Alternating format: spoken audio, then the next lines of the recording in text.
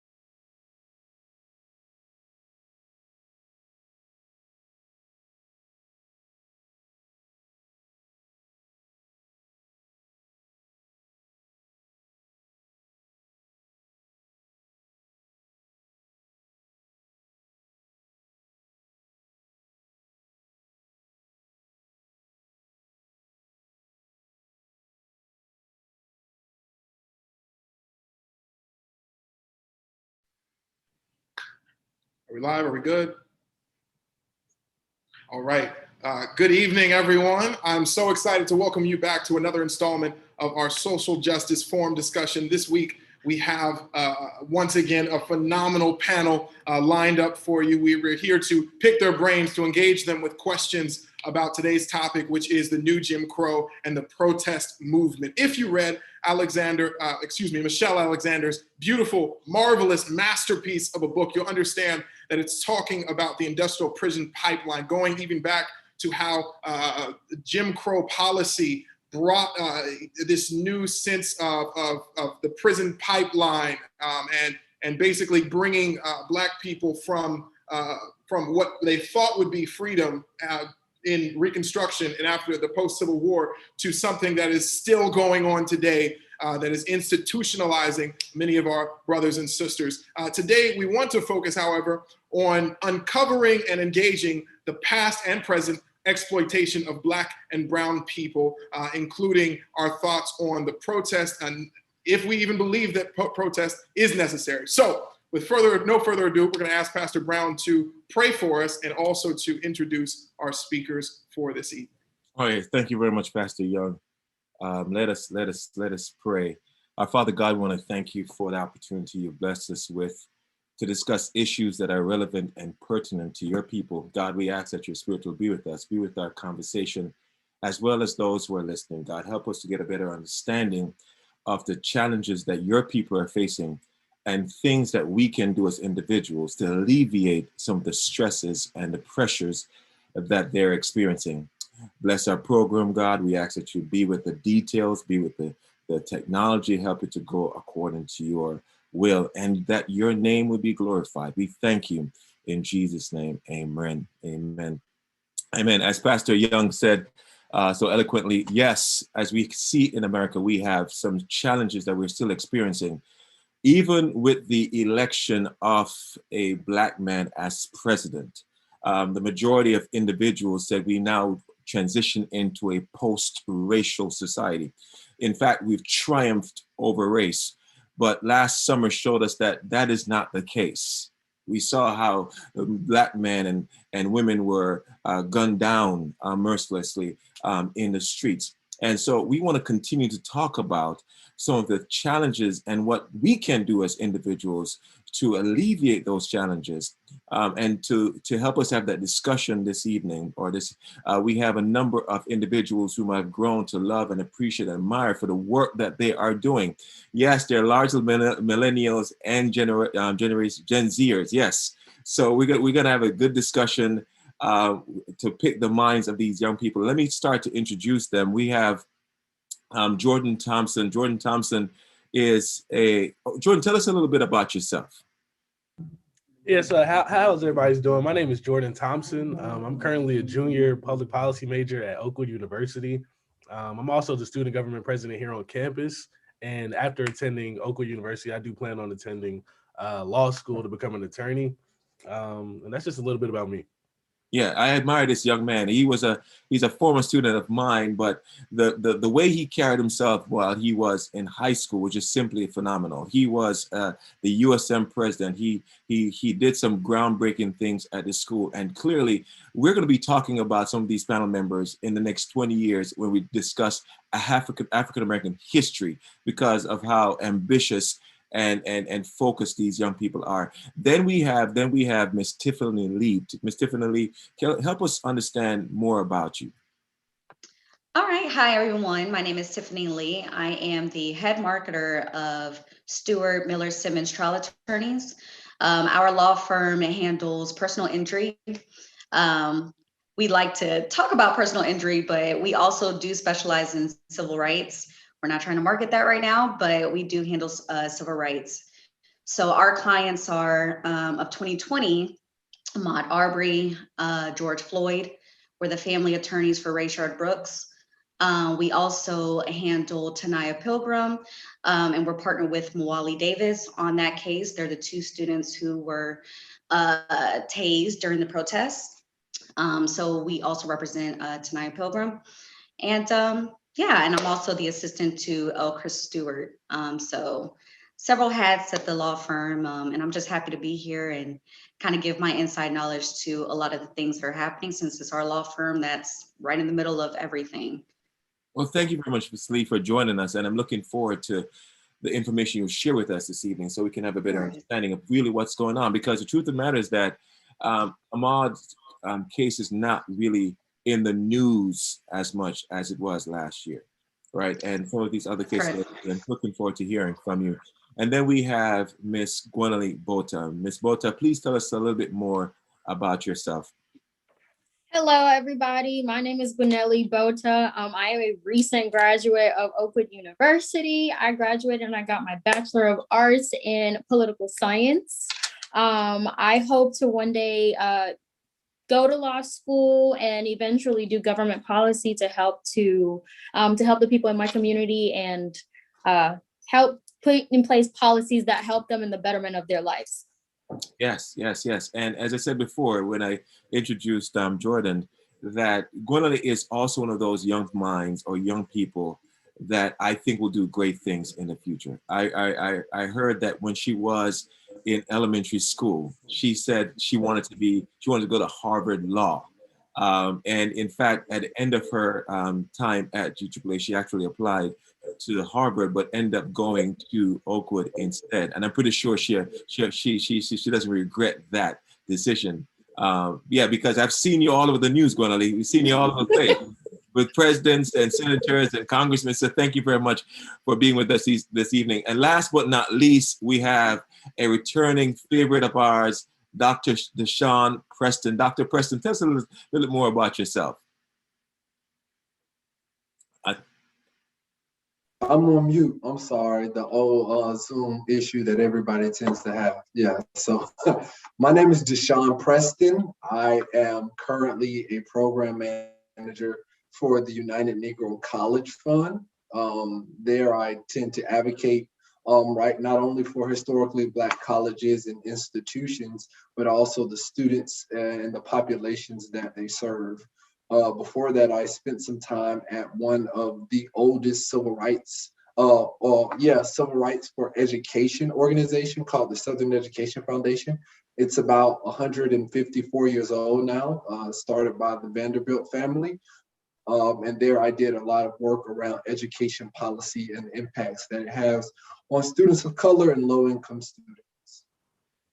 Wow, that is really impressive. Okay, so based on our introduction, we can see that these individuals are certainly qualified to discuss, Pastor Young, the topic of the day, new Jim Crowism and second-class citizen, relegating Black and brown bodies to second-class citizenship in this yet to be United States of America. Sorry, were you asking me that? No. I guess I'm throwing it back to you. Okay, so okay. We can delve into the discussion. We can start the discussion. I don't know if I want to start it off hot or like ease them into it. Please jump in.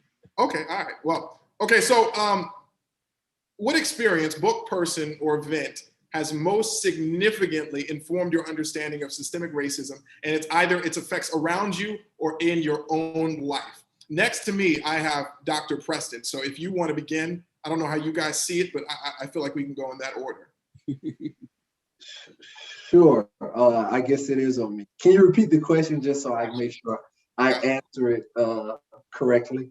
I got you. So what experience, book, person, or event has most significantly informed your understanding of systemic racism and either its effects around you or its effects in your own life? Sure. Two things come to mind, right?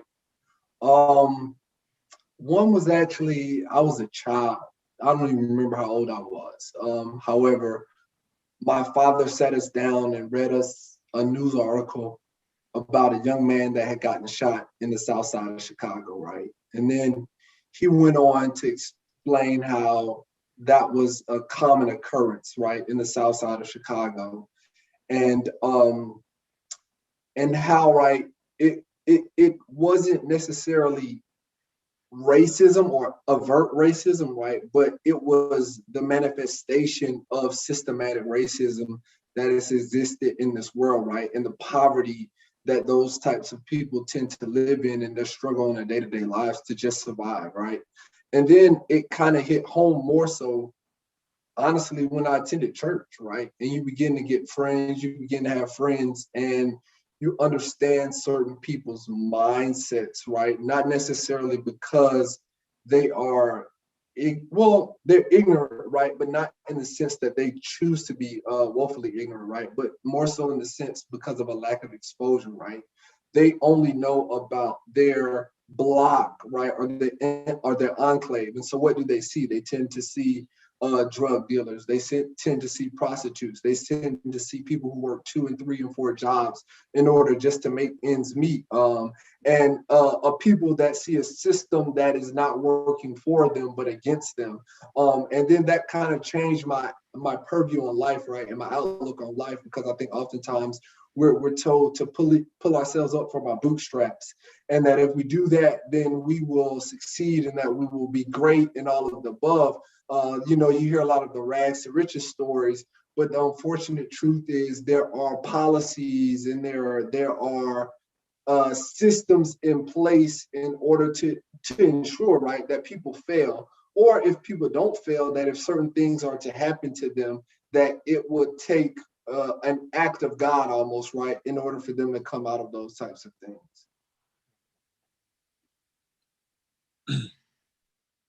And so we can move on to, thank you, Deshaun. Let's ask the same questions to all of the other panel members. Let's go with Ms. Lee. Ms. Lee, what are some of the issues, what are some of the triggers in your life that got you involved in social activism? Actually, when I was younger, I lived in Lawrenceville. We moved from California to Gwinnett. And living in Lawrenceville, it was really diverse. And I had white friends, I had black friends, I had a mix, blue, green, everybody was just different. But we then moved to Loganville. And even then, it's like everything was divided in Loganville and Snowville during that time. We were going to school with people wearing t-shirts that were like, "Yo mama picked my cotton," Confederate flag flying off the back of trucks. And I'm just like, what year is this? Like, it was a shock to me because I didn't come from that. I had white friends, I had black friends, but everybody was divided. And I'm like, even during this time period, it just felt like we were outdated from back in the history books. You know what I mean? And it was like, I'm totally confused. So it did make me open up my eyes to not everywhere is cookie cutter and everybody is living in harmony. So it made me really, during that period of time, really take on, my culture, really stick to, my people, and then really digging deep. Fast forward, I know I kind of got a chance to do that with Pastor Preston a couple years ago at Weston, and I just kind of had these ideas of just wanting to put our Black culture out there and doing these Black history moments during Black History Month, because I really was digging deep and just was like, I think that we just need to be prideful. We need to, remember not everybody thinks the same as us. And even now working in law and working at the law firm that I'm at, I want to piggyback off of what Deshaun was saying. There's a lot of laws that are in place for us to not win, unfortunately. So even with cases, some people are asking, so what happened? Why didn't this happen in this case? Why didn't this person get this? And it's like, because, laws were in place to protect that police officer. And that's the reason why they're probably not going to go to jail, but the family got this money and we were able to settle at least for this. So it's just, it's an unfortunate situation. And so now you just kind of look at everything, from when you're younger to now, and just realizing it's just America is just not built for African Americans, unfortunately. And it's about trying to now navigate through it and trying to just survive. That's deep. And I like that statement, America is not built for African American. That is a deep statement. And I'd like for you to impact that a little later on in the broadcast. Let's just jump over now to Ms. Bota. Ms. Bota, help us understand what are some of the experiences that you've had that basically helped you to become more involved in the issues for, to fight against social inequalities. I would like to say my horizons were really more open when I started attending Oakwood, because as you know, I went into Oakwood wanting to be a doctor, and somewhere along the line, like there was like a switch, and that's when I switched and went to political science.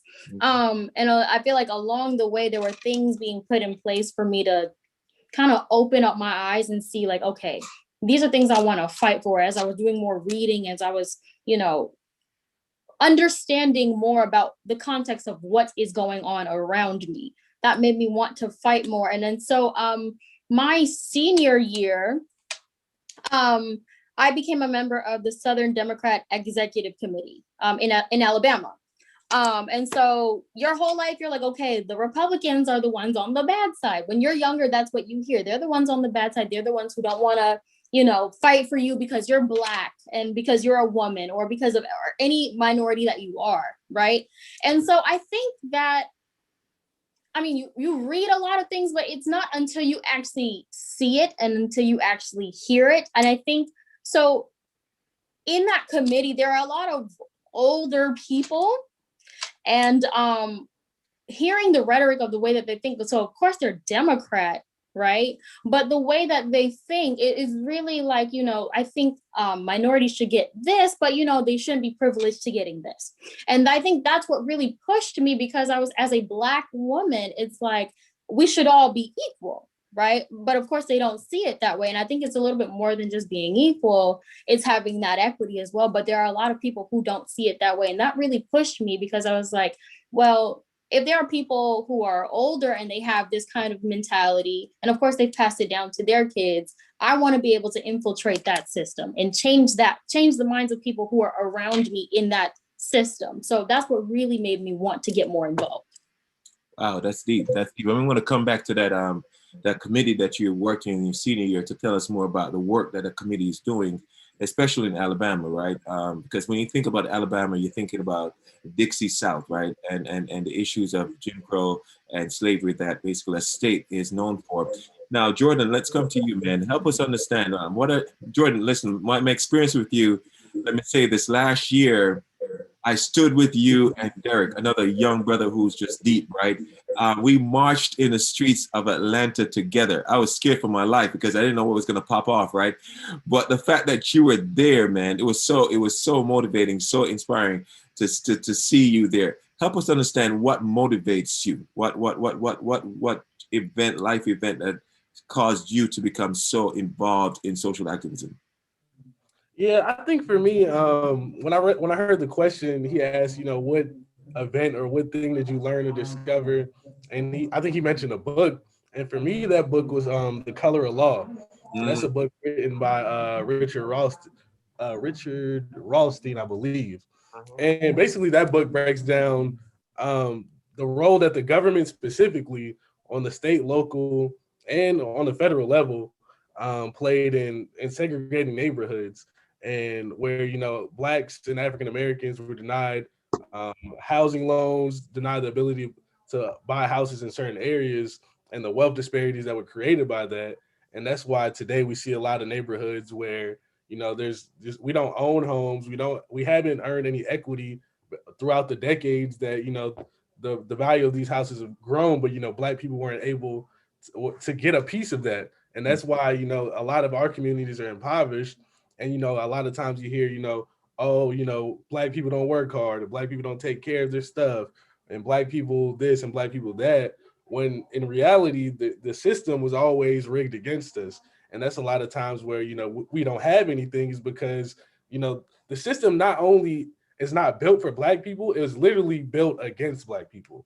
So I think that it's an understatement to say the government just doesn't work in our favor. They from the beginning, they've always been working against us and to exploit us. And that's why, I think a lot of times, we always get the short end of the stick on any situation in America, is because the government really doesn't really care about us.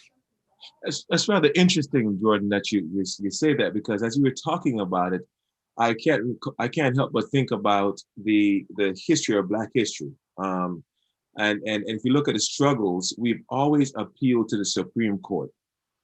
If you look Brown versus Board of Education, you look at some of these other cases, such as the Plessy versus Ferguson case, right? Of course, we know the Dred Scott case and all these different cases. We look to the government to address our issue, because Dred Scott actually went to the Supreme Court to help to basically get his freedom. So here's my question, and something that you brought up. Can the government be trusted? Can the government be trusted to address social issues? Because we see it right now. We all are happy with the recent election of Kamala Harris, right? We're ecstatic. We're happy that Barack Obama was the president of the United States. But can we trust the government to address the issues that face Black people? I think that's a very complex question, right? Mm-hmm. And here's why. Although the government is not for Black people, it is against Black people. The government is for capitalism, right? And so ultimately they're about the money and what could get put into people's pockets. Take it how you want it, right? A good example of that would be, well, no, I'll stay there. So it's more so the government can be trusted if we control the power and the monies that be, because that's how the government moves. The government moves to where money moves. A good example, not a good example, but so the issue isn't necessarily the government can never be trusted, right? Black, white, brown, it doesn't matter. They don't care. It's about money, right? That's really where it boils down to. Slavery in its core was about making money. Mm-hmm. I mean, it was an exploitation of Black people, but it became more, right? Let's be realistic. White and Black people were both in poverty. When it became a race issue was when white people and Black people started joining together and the government was losing that power, right? And then it was like, hey, let's bring race into the equation, because then we can get poor white people on our side, and now Blacks are just in the minority and they have less power to fight for, right? They have less money, less capital to begin to demand various things.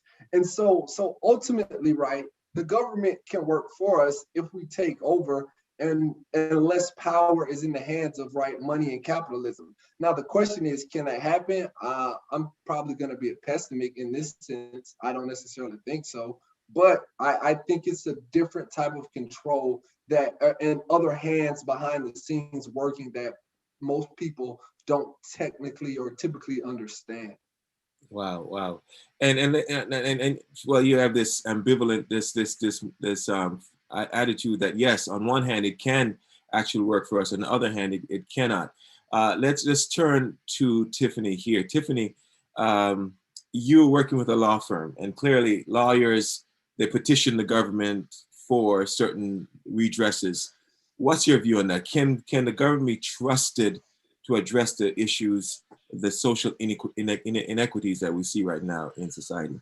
Well, we lean on people who are running smaller organizations like Black Lives Matter or something like that, that are making a lot of noise. When you're making a lot of noise on the ground level, then you could take that noise and then take it up to a Supreme Court type level. It's just like basically what Deshaun was saying. I mean, when we start to come together and we start saying in these organizations, okay, well, we're not going to buy this and we're not going to buy that, and the government starts seeing that, and it's like, okay, well, now we're taking dollars away. Now, wait, hold on. Now this is starting to mess up our capital gain. Now it causes certain things to happen, laws to happen. It helps out our cases to then say, okay, well, this was an unfair case. Judges, lawmakers, they're all starting to see stuff like that. But I think with the smaller organizations that are happening on the ground level that do make enough noise can actually help kind of what's happening on the broader scale of these larger organizations, and like the Supreme Court justice, or any of these other places who actually help out with these laws. So we have a right to say some things. I think that if we stay quiet, then a lot of things won't change. So again, we lean more towards the smaller organizations, partner with them, and they help raise noise to the cases that we have. Wow. Okay. So, Gwendolyn, what do you think? What do you think? Can we be trusted? Of course, Tiffany just said she wants to lead more towards a grassroots effort as opposed to a top-down or governmental approach to addressing the issues. I would like to go as far as to agree with Miss Tiffany. Definitely, absolutely, because I'll give you an example. Let's say, because we're talking about, for example, like organizations, for example. So Black Lives Matter. So there's a difference. There's Black Lives Matter, the movement, on the grassroots level. And then there's Black Lives Matter, the organization. The organization, if I'm not mistaken, has accumulated maybe somewhere between $93 million to $95 million. Where is that money going? Right? And so the government relies on organizations such as this to pour back into the government. That doesn't trickle back down to our communities. It doesn't help us at all. And so I think I would like to maybe lean towards where Deshaun is leaning and kind of be a pessimist, but I wouldn't necessarily trust the government to be to reflect any of our interests. It's because Black people are the capital, Black people are the capital that this country is built on. They even are sustained to this day because we exist. Look at it in media, look at it in government, look at it with anything that you can possibly even think of. We are the reason that they stand. We are the reason that they are still sustained. So, I mean, I don't trust the government to do that. So. Okay, Jordan. Hey, listen, man. You read the book, The Color of Law. Enlighten us. You see the government as being complicit to some degree in the subjugation of Black and brown bodies. Help us understand. Can we look to the government for any kind of redress? Or should we look to, as Tiffany says, more of a grassroots effort to put pressure on different organizations? I think it's a combination of the both. I think when you look at the government, and specifically the legislators, right, you have to think about what they're motivated by, right? And for politicians, especially like, senators, they're motivated by being reelected because, every 6 years they have to run for office. And as a politician, you have to try to stay reelected. So you have to keep your base happy, your supporters happy, and then, money too. So I think that, the people who have the most money have the most success lobbying for like legislation that they want passed. And as a public policy student, I've had the ability to work with it's a coalition called the American Israel Public Affairs Committee, right?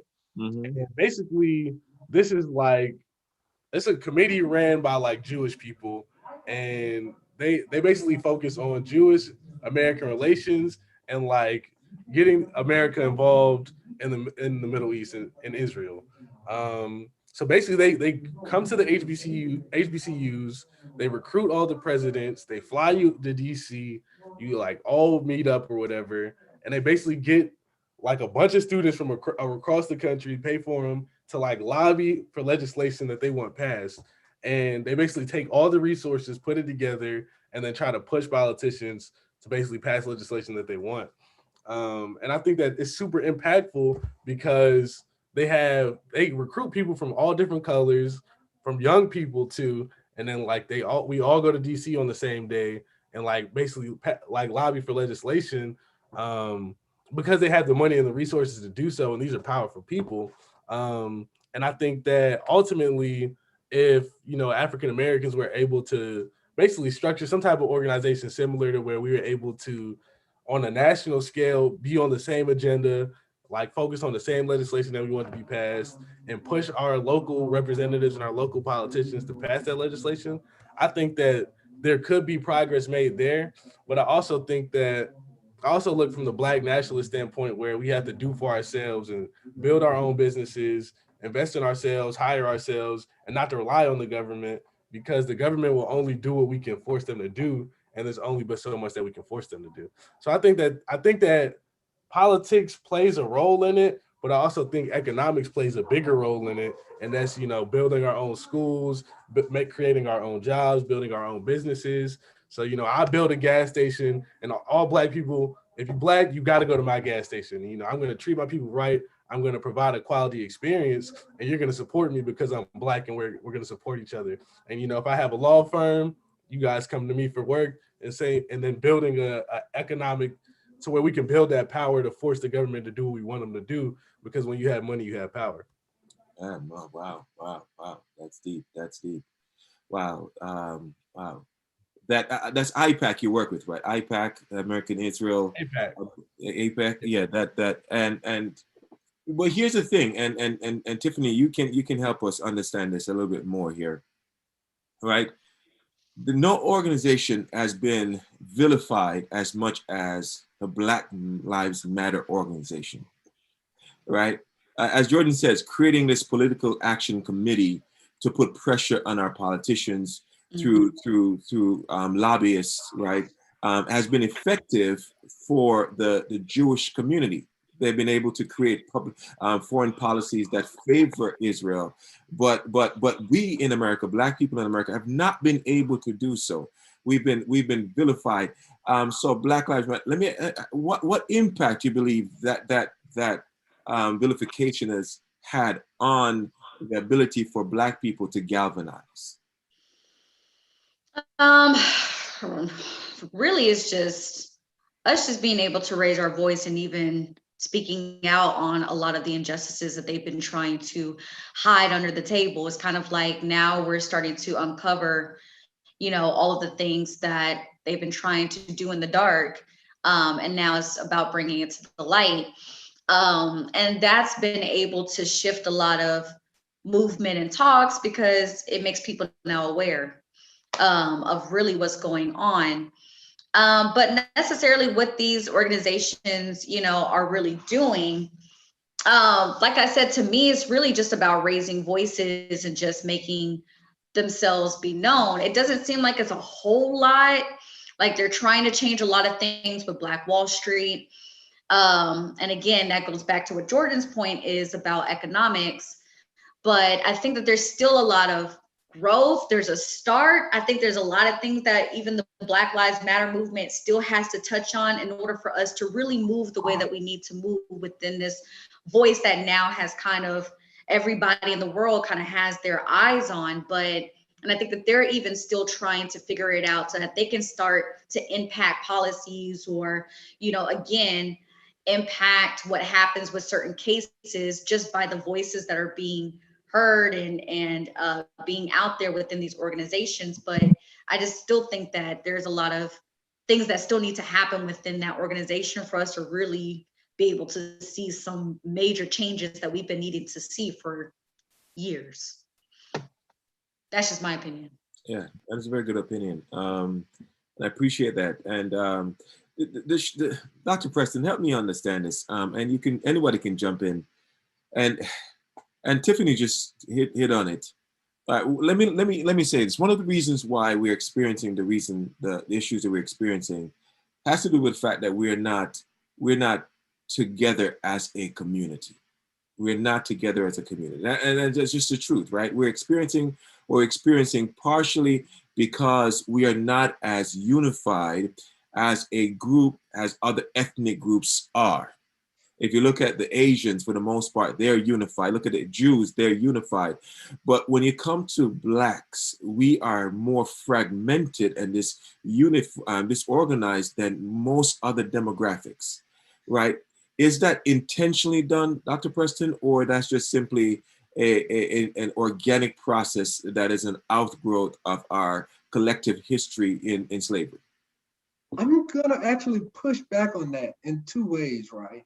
I actually don't think I don't think other racial groups are as joined together as Black people, right? If you look at the Hispanic population, a lot of people from Mexico don't agree with people from Cuba. A lot of people from Cuba don't agree with people from Puerto Rico. I mean, and some identify as Black, some identify as white. Same with Asians, right? A lot of the Koreans don't not necessarily agree with Chinese people or people from South Asia, Southeast Asia, which is more like India, and they feel like they're outcasts, right? North Korea, South Korea, I can go on, right? Even to a certain extent, right? Your more progressive white people or your white people who are part of like the LGBT community don't agree with people from the KKK and other types of white people, right? And then in addition to that, I also kind of feel like Black people, we're a diaspora, right? We come from a whole continent that is the second largest continent in the world. Mm-hmm. So for one, and then in addition to that, we came over here. Some got dropped off in the Caribbean, and they got dropped off in different islands. Some got dropped off in South America and in Brazil. Some got dropped off, in Pennsylvania and New York. Some got dropped off in South Carolina and Georgia. And we say, well, you're not unified. Well, guess what? I came over here not speaking the same language as the person next to me who was Black. How unified can I really expect you to be and on the same agenda? And especially, right, Caribbean Americans, if they come over and they have, and you and I talked about that this morning, right? They have seen certain things on TV and heard certain things about Black Americans. So they come over here with the perception about what Black America is like until they are recognized, right, or come encounter with white people, and they realize, oh, I'm Black too. Like, so it doesn't matter. They're gonna make these assumptions about me. And so I think for Black people, right, and to the point that you did make towards the end, right, I think it has been an intentional purpose to kind of separate ourselves and allow us to think differently about ourselves, right? Because even African Americans from lower or upper class tend to look differently at lower income African Americans.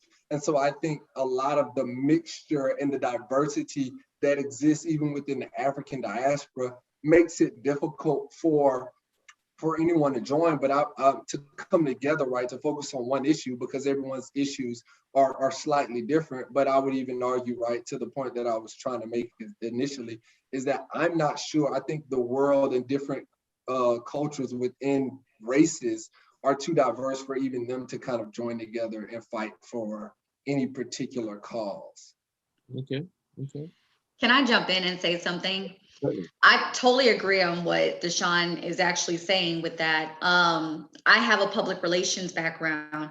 So I think that, again, I feel like all nationalities have a separation within their culture, but it's just trying to make Blacks look a certain way. And it's all in the public relations of how they're putting us out there. You get what I mean? Like in our shows, or, just basically saying this is how Black people are, and always saying Black people just don't ever come together and just, we're never this, when there are Blacks that are trying to come together. But again, it's that PR of basically saying that we don't, this is how we are. And I think that that's the reason why it's hard for us, or it's hard to show when we do actually have the same thoughts on what it is that we're trying to do. Because again, it's the whole propaganda that's happening within, TV and radio and this and that, and just showing us that, we're this type of culture. So I think that everybody has a separation within their groups. It's just put on Blacks. I think right now it's a focus on Blacks and just making us look bad. It's a part of the PR. Okay. Gwendolyn, you want to say anything about that? Yeah, I mean, I definitely agree with Tiffany and Deshaun, definitely, for sure, because it starts with slavery. It's ingrained from slavery, separating like lighter skin Blacks from darker skin Blacks. You start there, and then you get into post slavery, you get into the segregation era, and it's the same thing. Well, where if I'm of lighter skin, I'm more likely to be more successful than you, or I will put you more at the forefront of this movement because you're lighter skin and you're more able to get this message out because you're of lighter skin, and the reception of the message will come easier from you, right? And so I think that it really does trickle down into our inability to be able to organize as a community. And also, I think that inherently everybody wants to be a leader, right? Everybody wants to be the leader of whatever, this movement, of that movement, the Black Lives Matter movement, or whatever movement, to be able to get us to where we need to be, right? But the truth of the matter is that everybody has a role, right? There are different roles that everybody needs to play out in the social justice ecosystem, right? So this week, I finally got to watching Judas and the Black Messiah, right? And what I found was interesting that, okay, so you have Fred Hampton, he was the leader that they chose to have. He was the leader, but everybody else had a role. You had people who were teaching. You had people who were feeding the kids. You had people who were, and the problem is the government knows that there is power in the people when we are able to properly organize with each other, when we are able to recognize our role, play that role, and then we're able to properly organize. They know, I think that's the biggest threat, is they know that if we're able to, like, seeing past all the things that we are perceived as in the media, once we get past that and we're able to properly organize, they know that the power is in the people. And when we're able to properly organize, I mean, the lengths that we're able to go to get to where we need to be, I mean, it's astronomical. And I think the government knows that. So that's why you see the way that we're perpetuated in media, or in the jobs that we get, or what we're able to do, or why certain things are suppressed, is because that they know the longer you keep us unorganized, we're not going to get to where we need to go. Wow. That's deep. That's just deep. Pastor Young, it's clear. We are trying to continue to protest. That's basically what we're trying to continue. The protests, yes, we were marching in the streets last year. Now we're not marching this year. And so as we can see, they're continuing the progress. The progress means organizing.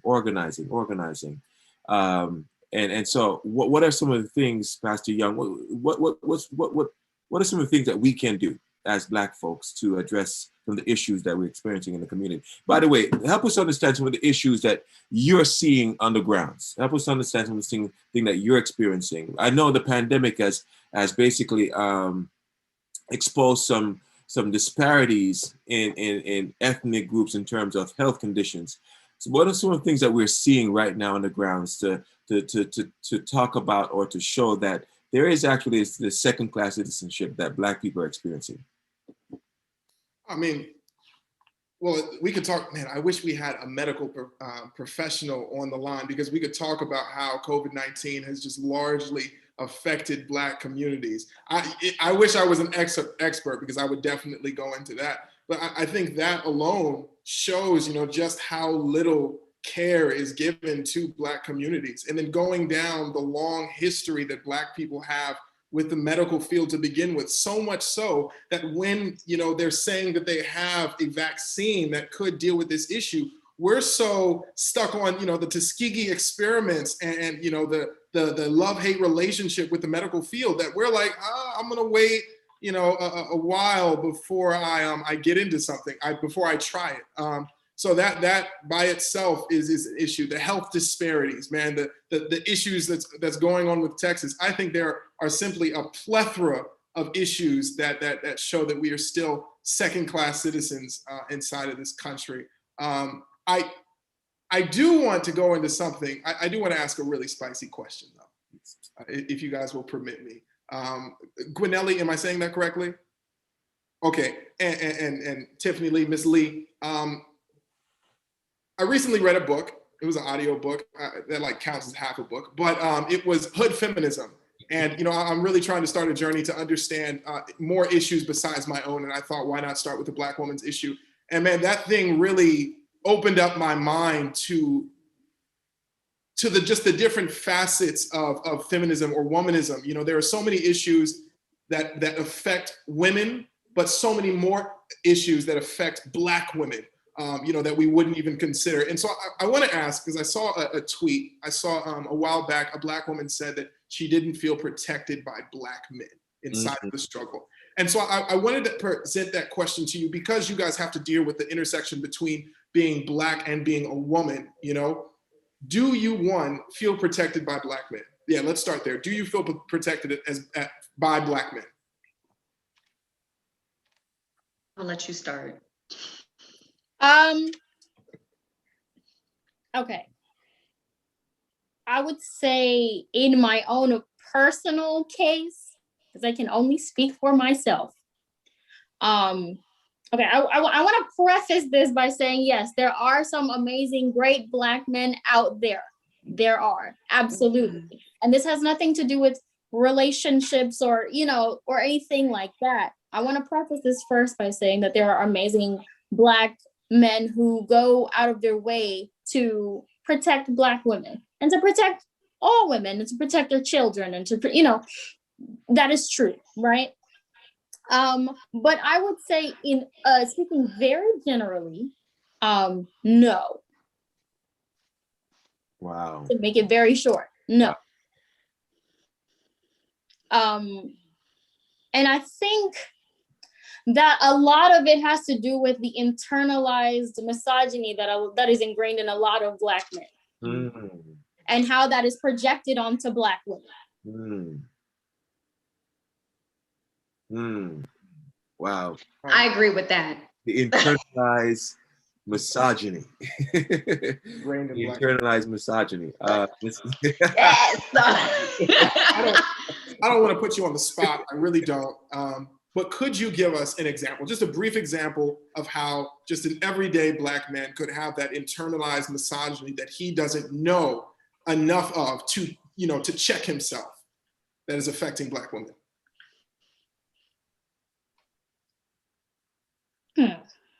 Let's see.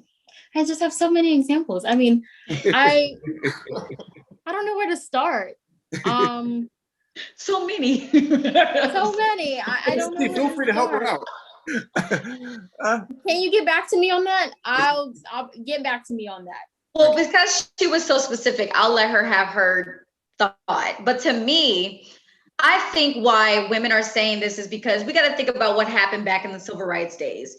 You had men who were a part of the Black Panthers movement. So you saw men on the front line really fighting for women. You don't see that in 2021. So you may get a lot of women who are looking at those past events to say, there's not enough men who are on the front lines defending Black women. And things have changed now that we've integrated and, you know, and now we're starting to do things together. So now you're finding a lot of Black males that are starting to date or marry white females. Nothing wrong with that, but just saying. So I think that, again, that's where Black women are starting to also feel like we're not cared about. We're not, again, being protected. We're not seeing that fight out there. So I think that that's probably where everybody is coming from, because we don't have that in 2021 versus those civil rights days. Okay. No, go right ahead. Go right ahead. Okay. So I want to use an example, and I know it's the savage, but like this was just such a good example, and it was, you know, it was so huge in the media, and I think a lot of people know about it, kind of, sort of. Okay, so there is this musician, and her name is Megan Thee Stallion. And last year, and this is all, mind you, this is all during the pandemic and all of this. Last year, she was shot by a fellow artist, a man, a Black man. Where after this event took place, the tweets and all the stories that were coming out were kind of against Megan Thee Stallion, kind of saying, okay, you're lying and this is not true. So, and of course he would never do that to you. And also Megan, may I just add this? Megan is tall. She's really tall, and she's kind of like stocky built. So for people in their minds, it was, okay, this is impossible for this to happen to you because, you know, you're built a certain way and you're tall. So why would you let a man shoot you? Or why would you let a man abuse you? Or how could you, you know, that's not true. And I think that a lot of times this is the case for a lot of women who encounter some kind of abuse from Black men, be it verbal abuse, mental abuse, physical abuse. And aside from physical abuse, you have like mental abuse and emotional abuse. And these are things that are kind of not really recognized, because it's like, I mean, it doesn't show on your body. That kind of abuse doesn't show on your body. So there's no way that could be happening. So I think a lot of times in these kind of situations, a lot of Black women are gaslighted when they come forth with their stories. That's why a lot of Black women don't come forth with their stories, because of the fear that they'll be gaslighted or they won't be believed. And I think that is a huge issue in our community. Yeah, I second that too. Dr. Preston, I think you. I would say where men tend to fail, especially particularly Black men, where we tend to fail Black women is how we silence them, right? Intentionally or unintentionally. And what do I mean by that, right? Silence, yes. We silence them or we ignore them, right? Intentionally or unintentionally. What do I mean by that? When we talk about policies and we try to hold other people accountable for the Black community, right? We always check them on being intentional, right? We say, hey, call us out by our race. Don't use code words, right? Don't say, oh, the people in the urban areas or people in the ghetto. Don't say low income. No, because it's a race problem, right? And I think oftentimes when we do that, we neglect the intersectionality between between being a woman and being Black, right? And so we don't ever call that out. We never say, hey, these particular issues are serving as barriers to Black women. And as we fight for the Black race, these are the things that we need to ensure are in place for Black women, right? A good example, right, and a very simple example is the pay gap. We always talk about how the white man makes more than Black people on the dollar, right? But who's at the bottom of the totem pole? Black women, right? They're below Hispanic men, they're below white women, they're below Hispanic women. It's Black women. But when you hear that gap, you never ever hear people say, "Oh, what about the Black woman?" Or another good example, right, is school suspension. We look at it from a numbers perspective, and we say, well, Black boys are getting suspended more. But percentage-wise and the representation-wise, Black girls get suspended and expelled more than any other race in K-12. And so we never are intentional about saying, hey, why is this or why is that? And I think, right, this is where we don't represent our Black women. And right, even another good example, and I'll say Black women are very passionate about what they believe in. And so we allow society to deem them as a mad Black woman or a woman with an attitude, right? When it's like, emotional. I'm just passionate about something. And we'll sit there in the boardroom and say, well, we're going to be quiet. We're not going to stand up for our Black woman because it might get me kicked out of the room along with her, right? So it's almost like we would rather sacrifice the Black women to push along the Black agenda. But in the grand scheme of things, right, you're really only holding the Black agenda back by not pushing the Black woman forward. And luckily, right, for us, we have had Black women in so many years have been, I don't want to say docile, but they've said, okay, this is how the system is going to go. I'll do it for the betterment of my people. But I would say that there's a new era in town and Black women aren't taking that anymore. And they're being a lot more vocal and standing up for what they believe now. Wow. And that term intersectionality was coined by Kimberly Crenshaw 30 years ago, I think, sometime. And she basically describes the fact that Black women are facing this double jeopardy, if you will. They're minority as well as their gender. They are it's like creating a caste system. They're being overlooked, they're being oppressed. And so they're facing greater struggles as a result of that. And it's something that we as a community need to be aware of. Now, Jordan, how can we? I mean, I know this is not a dating game, but how can we as Black men help our Black women to feel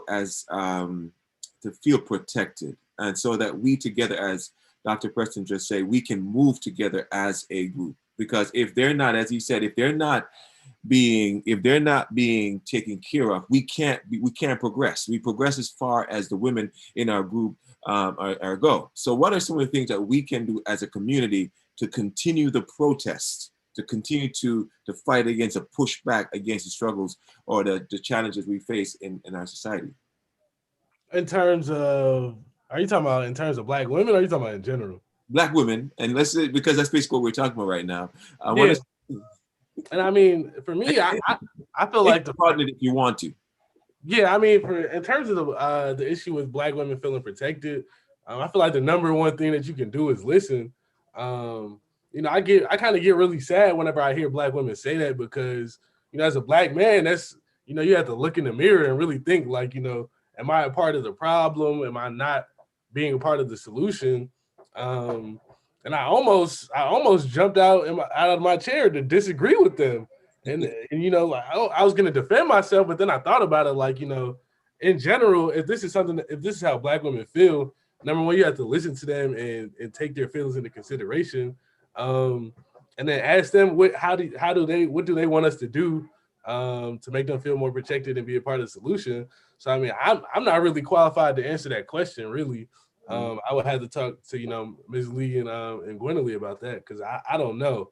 But I mean, you know, just listening is the first step for me. Wow. Let's talk a little bit about social media. I was reading. Wait, time out. Wait, I'm sorry. Because you asked him the question and he said he's disqualified. He can't answer it, but I feel like he's not qualified to answer the question. we need to ask them. I feel like to end that segment, they really have to give us an answer of how they would like Black men to protect them. So I didn't mean to cut you off, but that's all right. That's all right. It's a very good question. So if you guys wouldn't mind.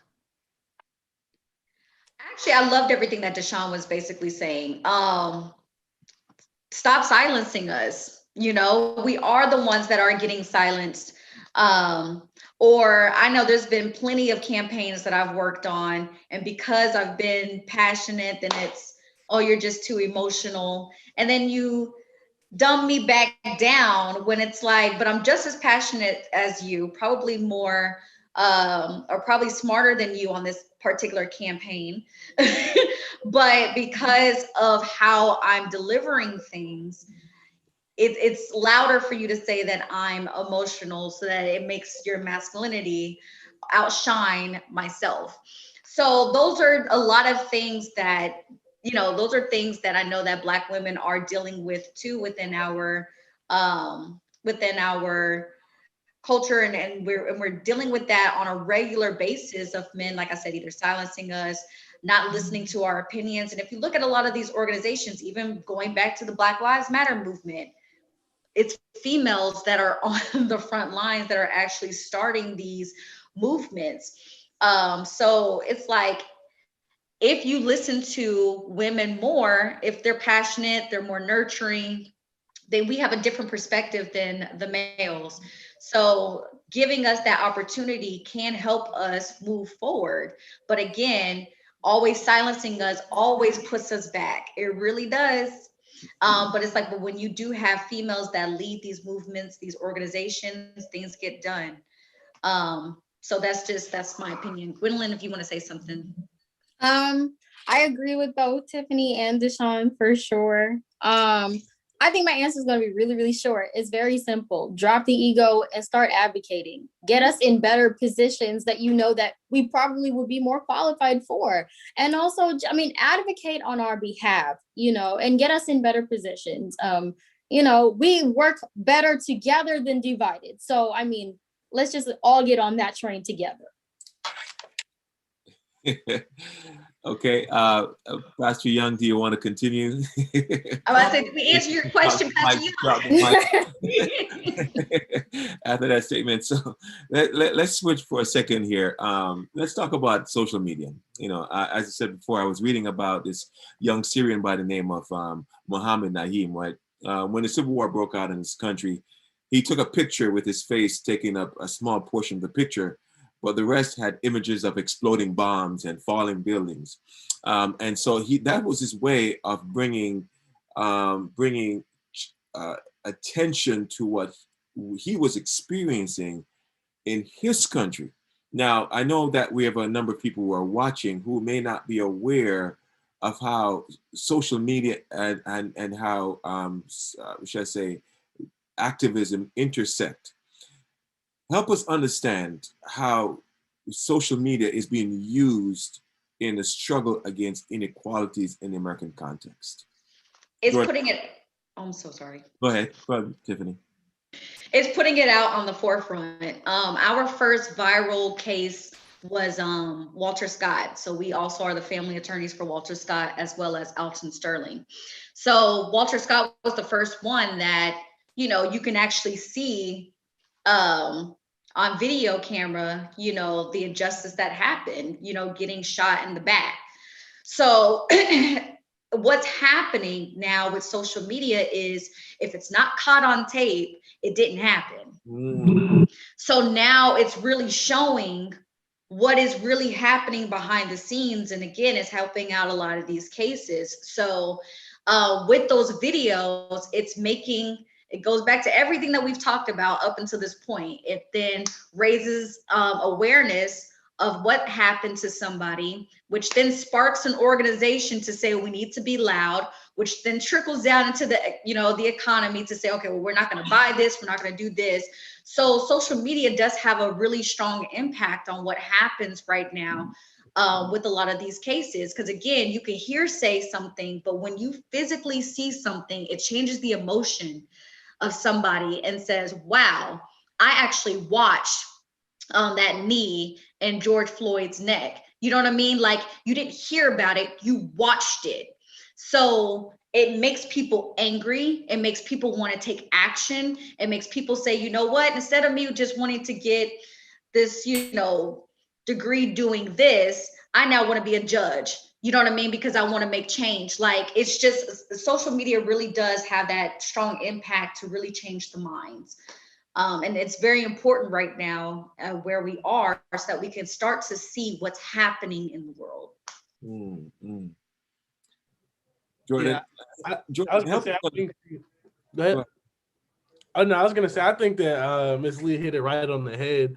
I think social media plays a few roles in the movement. Number one, I think before, and I was born in the social media era, so I'm not sure, but I feel like before, you know, we had to rely on the media and news stations and corporations to, you know, put out the truth, and they have agendas and they have, you know, people that run that. But social media is pretty much the voice of the people, to where, you know, your story can be shared with millions of people, you know, and you don't have to rely on somebody else doing that. So, you know, we can put the truth out and put our agenda out without having to rely on corporations and media companies. And then two, I think that, you know, social media is really important because it's way more personal. Like Miss Tiffany was saying, when you have to, it's one thing to, oh, you know, the news, a young unarmed black man was killed, but when you have to watch, you know, an 8-minute video of somebody slowly dying, you know, you're gonna feel that it's gonna hit you harder than just,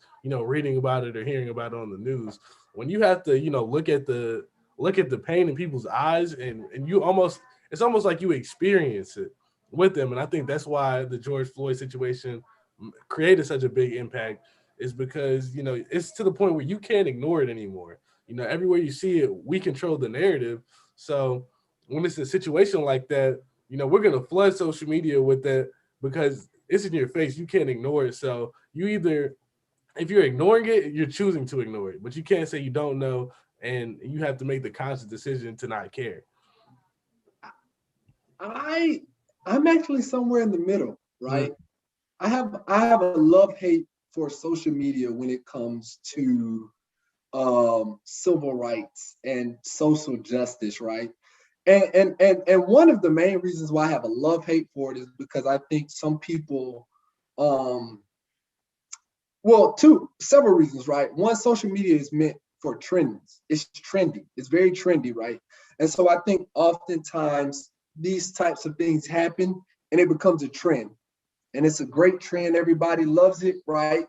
And then after a while, you forget about it. And now people are doing the busted challenge and the silhouette challenge. You forget all about everybody, right? The hashtags are gone. Because you're on to something different. And the unfortunate thing is when it comes down to social justice, it is a very slow process.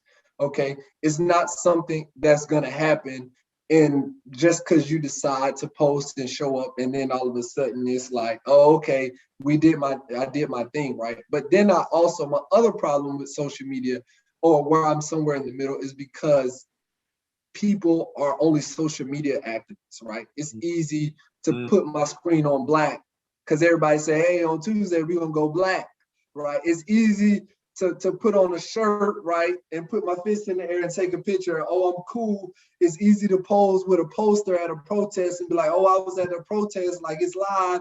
And then you can get off. Like, it takes a whole lot more to get changed than to just post something on social media or to put up a poster and go, oh, da da da.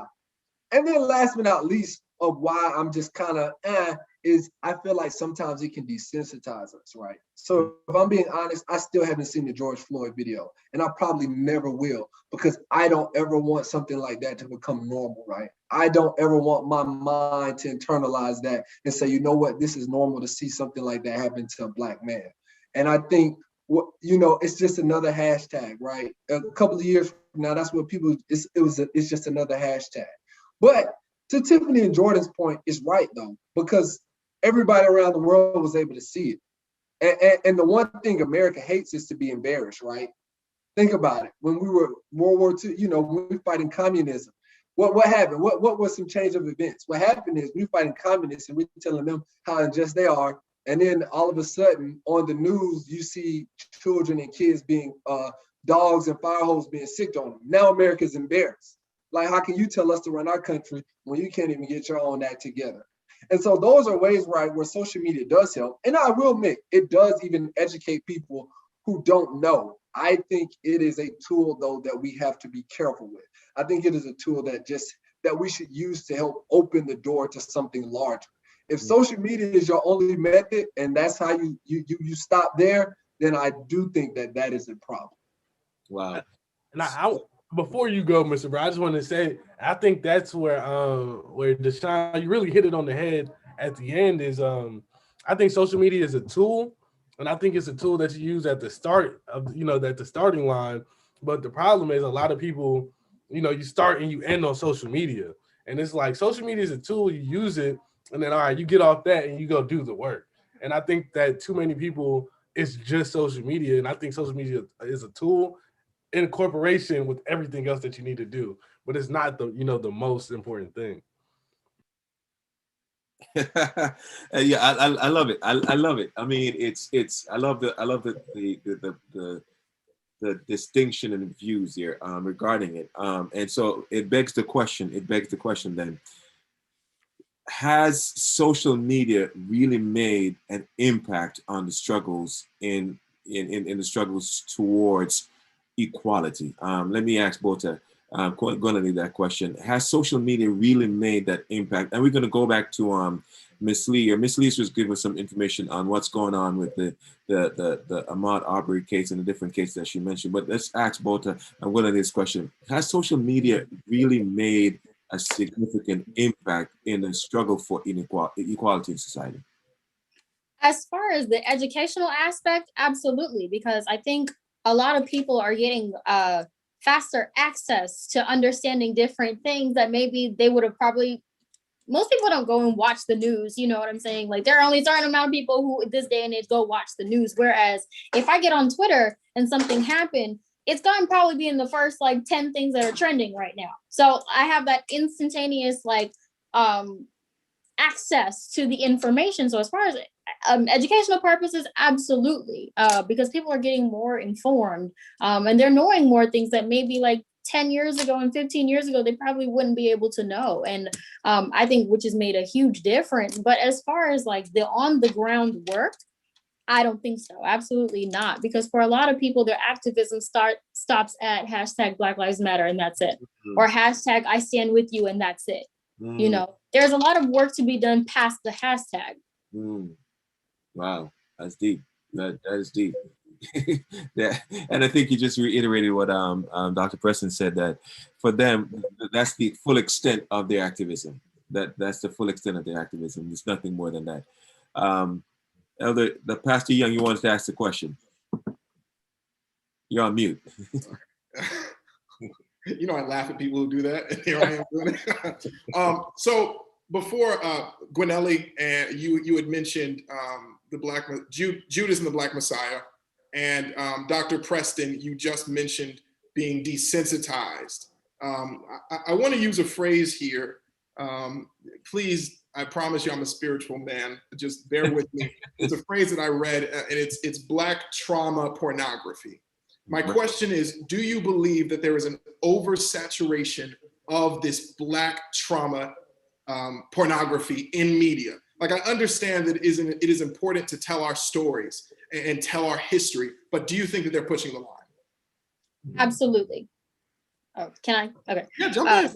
Yeah, absolutely. I think, and I don't know, to me, it really boggles my mind because I'm still trying to figure out like what the intention is behind that. What are they trying to accomplish by that? Because it goes farther than just seeing it on social media. When it now spills into the movies that you watch or the music that you listen to, it's like an overhaul of all this trauma to the point where I can say, in my experience, I think by the end of last year, I think not even that I had enough, but it was almost like if something would happen, or you see another shooting happen of another innocent Black person, or another injustice or whatever it may be, it's just like, oh, okay.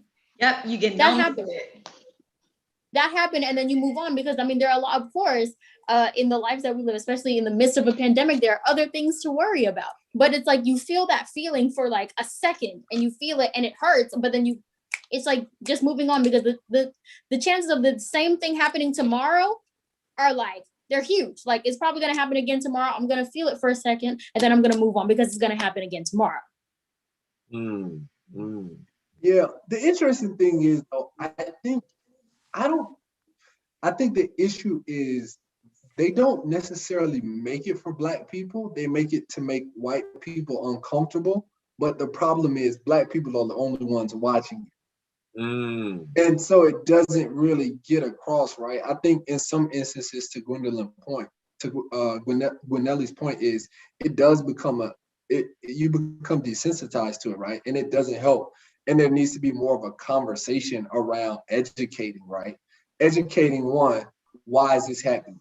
Two, educating why justice isn't being served, right? I think, I spend more time in some of these arguments, educate about like when the verdict comes out about why this happened to this police officer, he didn't go to jail and all that. I spend more time educating them like, yeah, you should be mad, but be mad at the system that got him off, and start to fight for how to change that. Like, as long as that's the issue, right, this is always gonna happen.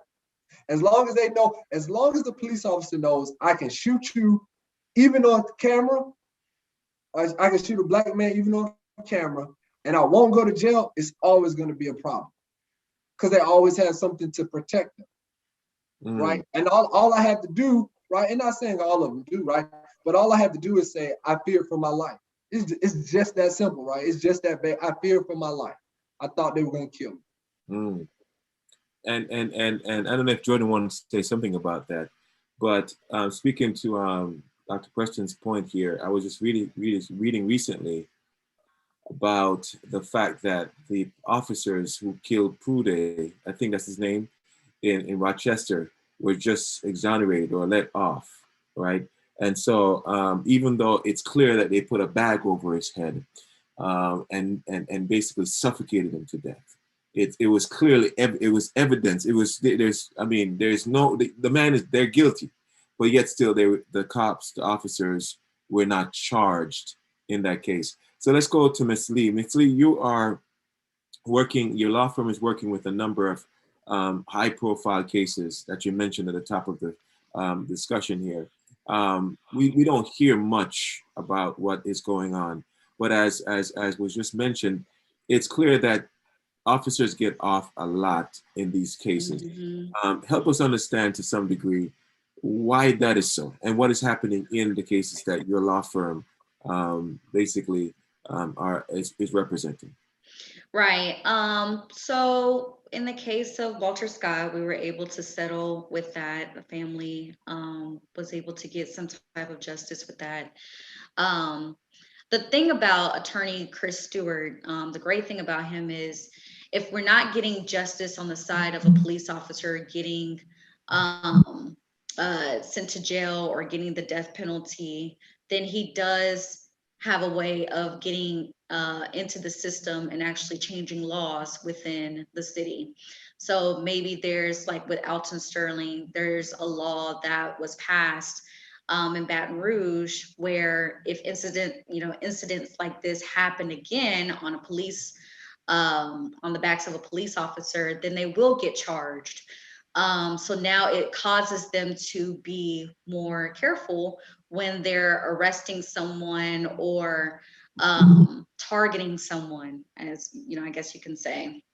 But again, to our point of what we were talking about prior to, the reason as to why a lot of the police officers get off is because there are laws in every city that protect these police officers for being able to fire their weapons, with their whoever it is that they're trying to stop or whoever it is that they're trying to go after. So if they have some type of story or some legitimate reason as to why they fired their arm, a lot of the lawmakers or the judge or whatever in the case can then see that, and that's how they get protected, unfortunately. So lawyers, their main case is just to get some type of justice or some type of settlement, mainly then for the family, because of how these laws are made for the police officer.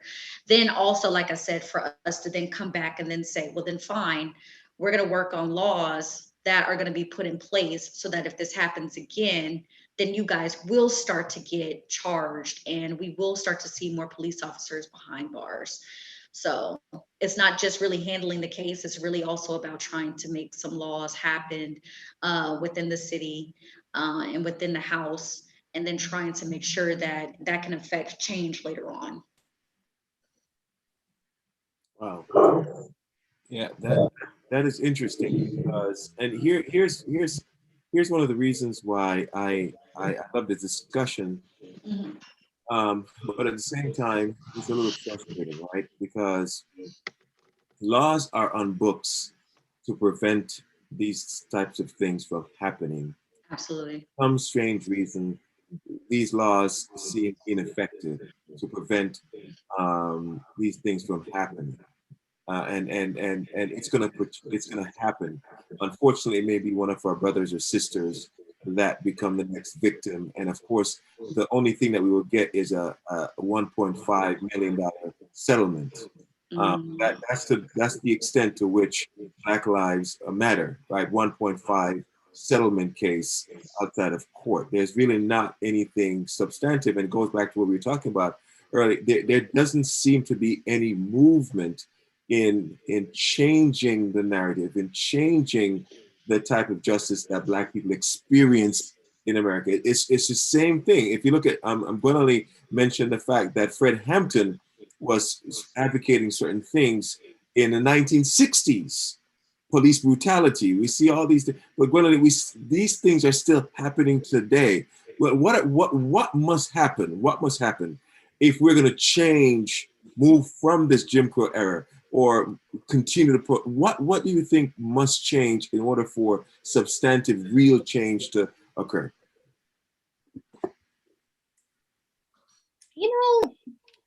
I don't want to say I don't know. I mean, I know that for the very first thing is for us to get organized, first of all, as a people. That's number one, right?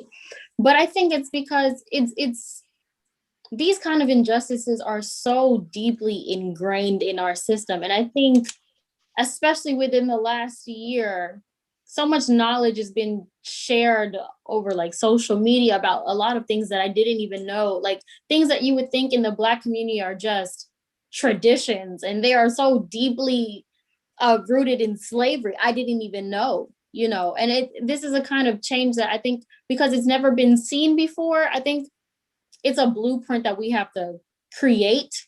It's not something that is already existent. It's something that we have to create. And I just, I don't know. It's gonna be a process, but I feel like the very first thing that we need to do is first of all understand what we need to do. What is our mission, number one, and then organize from there. Organize ourselves as a people, and then we can figure it out from there. But as far as the steps that need to be taken, I don't really think I have an answer for that. Okay, Jordan, what do you think about it? What are some things, because you talked about working with IPAC, and what are some things that we can do as Black people to change the narrative?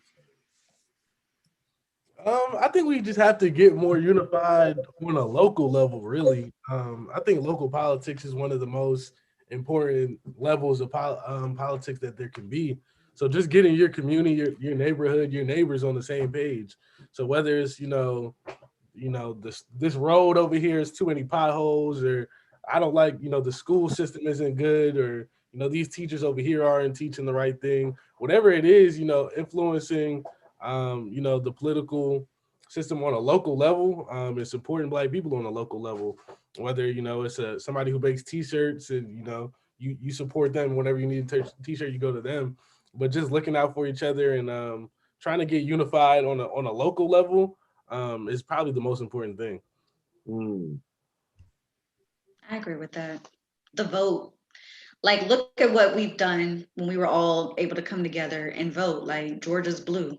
We got to start taking out the old racist people who are sitting in these seats. And we've got to start now putting other people in place who actually have better judgment, have a better eye on, equality for everyone. That's how we're also going to see a lot of changes, because again, even with some of our cases, you were talking about Ahmaud Arbery, we got to think about the people who are the DAs in this case. It's a lot of racists that are in that county, that have this case that's going to decide what happens. So again, if you take out those people who are rooted in that hatred and you replace them with people who, are actually fighting for good causes, or we can vote into office, then that's how I think that we can also create change. Wow. Dr. Preston? So I'm not gonna lie, when you first asked the question, I was very pessimistic. I was like, I don't know what. Because even right when I think about voting, right, like Georgia's a prime example. Everything Stacey Abrams did, amazing, great. Now they're coming back like, oh, we need to change these laws real quick because too many Black people vote, right? And so it's almost like every time you take one step, the government and the system make sure that they knock you down 2 or 3 more steps back, right? But then I started thinking about it, and I was like, you know what? The honest truth is, and I mentioned it earlier, right? I said America is a capitalist society, and we need to begin to pressure Fortune 500 companies, right? We should do some homework and find out what companies and who is giving money to our legislators, right? To make and passing these laws, and put pressure on them to say, hey, if you want Black people's business, you need to make sure that this legislator advocates for this. If not, we're not coming, right? We'll shut you down. A good example, right, is when the whole George Floyd thing happened this summer and Black people held back that dollar, all of a sudden, right? And I, being a little bit pessimistic once again, I was like, oh, they're only doing this because they don't want their dollar to be disrupted, right? And if you're being real with yourself, a lot of them, that's how a lot of them really are. A lot of these companies are like, look, I know who is making sure I have my private jet and all my bank account, my offshore bank accounts, right? So what I'm gonna do is I'm gonna at least act like I care. So I'm gonna come out with a commercial, or I'm gonna allow you to put Black Lives on a T-shirt, or exactly. I'm gonna hold a little panel, and I'm gonna pacify Black people only for a second to let them know that I care. But what we really have to do is begin to push them to say, And a good example, right, is the NBA. The NBA, when those players decided that they weren't going to play that one game, they told their owner, look, if you want us to keep playing, use that same energy, your same power that you use to get your tax breaks, to get, land that you pay little to nothing on, and start to use that to advocate for Black people.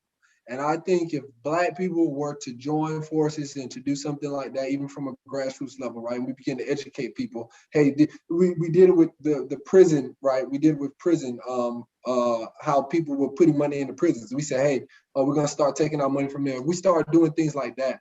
I think we could see a drastic change for Black people. Yeah, and it's important because it's not just coming on here to rehash the struggles in the Black community. We know that Black people die of the COVID virus 1.5 times higher than any other ethnic group. We know that there's a not equal distribution of the vaccine in Black communities. Black and brown bodies are not getting the vaccine. We know that Black women die at a higher rate in childbirth as a result of lack of inequality in the healthcare system. We know that Black men go to prison at a higher rate than any demographic. Even though we constitute only 13% of the population. We know that police officers are killing Black and brown bodies in the streets every single day and getting off. So the issue is not so much as should I say Black pornography? I mean, what do you call it, Pastor Young? The pornographication? What? Black trauma pornography. Okay, Black trauma. I know I was gonna mess it up. I wrote it down, and I knew I was gonna mess it up. I should have looked at my phone before. Okay. So it's how we move from where we are, so my Black son doesn't become a victim of the system, that your Black children don't become victims of the situation, because generationally, yes, it's here to stay. And I love what you guys are saying. Organize. All right. So the young people are watching this. This broadcast. I'm going to ask each of you, what are some things that young people can do? Let's start with Jordan. Jordan, you've been really quiet, man. I don't know you to be as quiet as you do. So what are some things that young people can do to actually become more involved in the struggle? Number one, I feel like young people can do a better job of staying informed. I think a lot of times when I talk to my peers, me as a public policy major, I feel like because of the classes I take and naturally the groups that I run in, I kind of stay informed. But when I talk to some of my friends, who are, studying other things, they don't really know what's going on in the community. And they don't know about the history and, the things that are set in place now. So educating yourself and educating your peers is number one. And then two is to get involved in any type of community organization that's trying to help Black people. So whether it be the NAACP, whether it be a local homeless shelter, whether it be a educational program at a local school, whatever it is, just try to, be a part of the solution one way or another. Gwendolyn? I like what Jordan said. When I started having these kind of conversations with people outside of my political class group, when I was in class, we used to have these conversations all the time. So having that information consistently put into me all the time, that's one thing to have with people who are learning the same kind of information, but also talking to people who are maybe outside of that as well. I agree with Jordan when he said that. Also, I think what Jordan said about joining different organizations, I think that's one thing that they can do, because there's so much power in not just the people, but more specifically in young people. Like going back to Judas and the Black Messiah, I think one thing we don't realize, they were all teens and they were in their early 20s. They were all kids, He was 21 when he was 21 when he died, or when he was murdered. So, I mean, they were all kids. So there's so much power in young people, and their voice is so powerful and they just don't know it. So number one, staying informed. And social media does a great job at that, because I mean, a lot of young people younger than me, or even, they're very much so on social media. They stay present on social media. So not just informing themselves, but informing other people. And I think that they can also do a better job, not just informing people in their own peer group, but also informing people who are older than them, who may not get the same information that they do because they may not engage in social media or whatever that may be. But joining different organizations, like let's say, for instance, if I wanted to be in healthcare, maybe finding some youth healthcare organization that maybe I may be able to learn about like disparities within my community, and I may be able to speak on that, within those kind of communities. So I think that's one thing that they could do. Okay, Ms. Lee? I agree with both. I think starting on an education, starting at a younger age and just being educated on policy, who makes the policies. Because I think in my 30s, I think we're just now starting to really understand this. Like we're late to the game. I'm in my 30s. So all of our friends, like we're late to it. For those who weren't really, on the whole political chain, is like train. Now we're like, okay, we should have learned this a long time ago. We should have learned who does this. We should have learned who does that. So if you're young, I would say learn that now and educate yourself on if you really want to make some change, who sits in these seats, and how you can, start talking to your other friends to talk about when you can vote, how to vote these people out, being a part of organizations that you can be passionate about the community. You can see things firsthand so that you know what you're wanting to fight for. So that's how people become passionate, is when they're doing things on a ground level. So I would definitely advocate young people to do that. And then because it is a social media world, especially for young people, when you do learn and you educate yourself on all of this, being able to put that out there, be cool, and put that out there on YouTube, or put that out there on TikTok or on your Instagram page about what you're learning, so that other young people can be inspired. And now you're inspiring other people. Right now, we're in an information type of world. Everybody wants to learn something. So everybody's listening to everybody with whatever it is that they're either coaching, educating on, or whatever. So just imagine if a whole bunch of young people are really talking about politics and making change in the community. I think that can really spark a whole new young generation for years to come.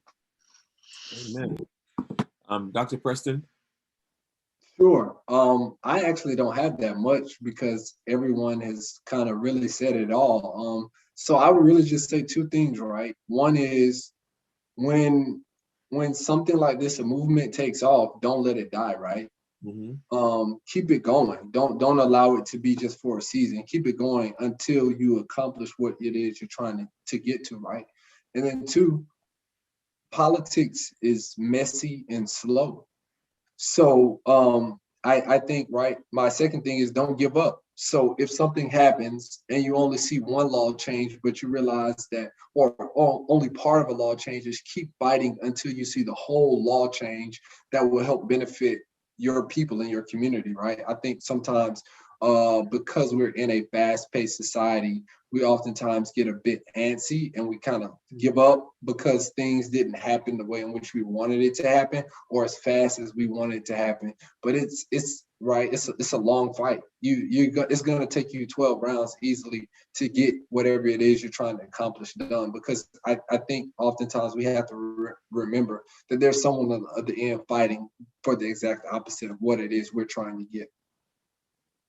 Wow, that's deep. That's deep. That is profound. And so if you're watching, and these are some of the ways that you can actually become more informed and involved. I know what I love about the millennials as well as the Gen Zs is that these two groups have just taken the mantle, taken the reins, and just basically started running with it to the point where I'm just amazed. I didn't, a couple of years ago, I didn't see this happening. Jordan, when we were in GAAA, we didn't see this happening. As Gwendolyn, we didn't see this happening. So it's so refreshing to see that you guys are actually running with this and are making changes. I know we're Christians here. Let me ask you guys a quick question. This probably is the last segment that we're going to discuss here. It's clear that millennials and Gen Zs are not passionate about institutions. You're more passionate about issues and not institutions, right? All right, and we can see that in your approach to the church as an institution. Let's just jump there for a second here. And the reason why I'm bringing it to the church, because I'm thinking about Dr. Martin Luther King's Birmingham letter, the letter he wrote in jail, right? And there were a lot of clergymen who basically were advocating that he basically push back, he slowed down, take it easy. What are some of the things that you would like to see the church do? The church do to basically become more supportive of the church?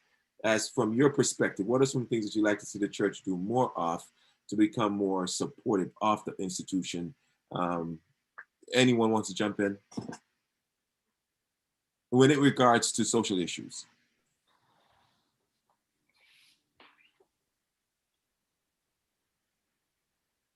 For me, I think that I think the church is a good opportunity to, kind of to advance the movement, because a lot of Black people go to church. And that's one of the times where it's a group of Black people, and that's kind of one of the things that we do on a weekly basis. So I think it's a huge opportunity to unify under the church.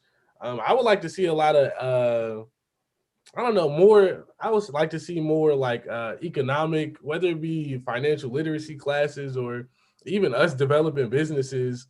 I think that there's a lot of opportunities to develop a business, even if the church opened up a gas station, and created jobs for Black people and created opportunities, and that revenue could be used to fund schools and stuff like that. I think there's a lot of opportunity under the church, but I don't think that we've really done enough to as much as we could do. Dr. Preston? I knew you were gonna call me. Honestly, I would say we in many regards we have to move back to the forefront, right? I mean, when you think about the civil rights era, who led? I mean, that was the church essentially that led all of the movement throughout the civil rights era. Churches and students from historically Black colleges. And right, the churches were the places where you could go to have a town hall meeting, right? And don't get me wrong, I do think you talk about Christ, but they were also trying to figure out how to empower their community, right? The churches where you had credit unions, the churches where you established banks, the churches is where you had a grocery store for to help out in the community. I think some of the problem, right, is that nowadays most people don't even live in the community in which the church they go to, but right, there is a community around them, and for many of us, it is a Black community. And the problem is we don't even have a relationship with that Black community around us, right? Especially if we're talking about Adventists. I think Adventists do for other Adventists. They don't do for the Black community, right? And so Adventists should start off by doing for the Black community, and not because you're Adventist, right? And just because, hey, I want to be a president in this Black community. And to a certain extent, right, in order for me to get the surrounding people to vote for me or to get policy change, I have to go through the Black church that sits in my community, right? And that's how it was back in the day. I would argue that that's no longer the case, right? And I think we as a church use the excuse, well, my members don't go here, don't live in this community. But if we have a relationship with that community and the impact in which we desire, which we should have to make the change, then even if they've never stepped foot into a church service, right, they've at least stepped foot into our church to talk about how we can be change agents for the community and impact those people. And so, yeah, ultimately, I think we just have to begin to lead the movement, because at this point, right, it is Black Lives Matter and a bunch of other grassroots organizations, and the church has now taken a back seat, right? Because and I'll say this and shut up, right? Because we're too busy fighting other internal issues such as women ordination and and talking about if drums should be played in the church and jewelry and all of the above and the order of service and things, right, that are not salvific, have nothing to do with heaven, have nothing to do why Jesus came on this earth, right? And so when we begin to model what Christ was doing when he came to this earth, which was to advocate for the downtrodden, fight for the oppressed, right? Then I think we will make the change and be more Christ-centered. Amen. Amen. Sister Lee, then both Gwendolyn. He done said it all. He said exactly what I wanted to say. And Jordan's point, I was even thinking the same thing. Like right now, I'm learning financial literacy from two young cats on Instagram. Like I'm just now learning On your leisure? Yeah, they're your leisure. But I'm not learning it from my church. You know what I mean? And so, but everything that Deshaun said is exactly what I was thinking too. Like churches were the ones that were leading the movements. It was where you had the town halls. And so church, has really taken a back seat. And so we're not seeing enough of the churches being in the community. Where our church sits, there's a lot of poverty that happens right in that, West End area. And we could do more. I know that we could do more, but then there's got to be enough people in the church to care to help the 5 people that want to do more. You know what I mean? So it's also changing the mindset too, so that the church can get better, but it's just like we've lacked. Like for the past couple of years, like everybody's just gotten relaxed and they're just kind of like, whatever happens, happens. But I think that that's the reason why the church is no longer in the forefront. But literally, Deshaun said everything I wanted to say. Amen. We're going to have you make the last comment on that issue, and then we're going to turn it over to Pastor Young. Okay, what I'm going to say is super, super short because everybody touched on everything that I was probably going to say. It was super concise. I definitely agree with everything that was said. I think in our churches, getting past we know that Black lives matter, but a lot of times in the church, they treat it as only Black religious lives matter, and it goes a little bit farther than that. There are people who in the church who have amazing jobs, who understand a lot about health, or maybe healthcare professionals, or they're lawyers, or they're financiers, or whatever their job may be. It's not enough to just help people who identify with the same religion as you. It's not enough. We have to go farther than that, and not just go out into our communities and pass out tracts, help them out with, financial literacy, like Miss Tiffany said, financial literacy, or not just the health message, but just different things that they can do with their health, or just different things. I think it goes way farther than just keeping it within the church. The message doesn't go anywhere if it just stays in the church. That's excellent. That's excellent.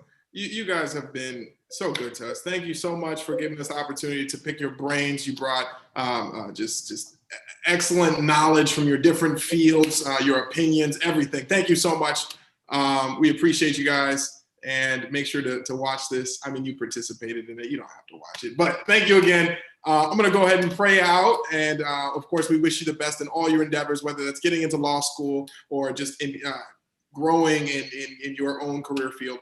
Let's go ahead and pray. Most gracious and loving Father, Lord, we thank you for giving us a passion for your people.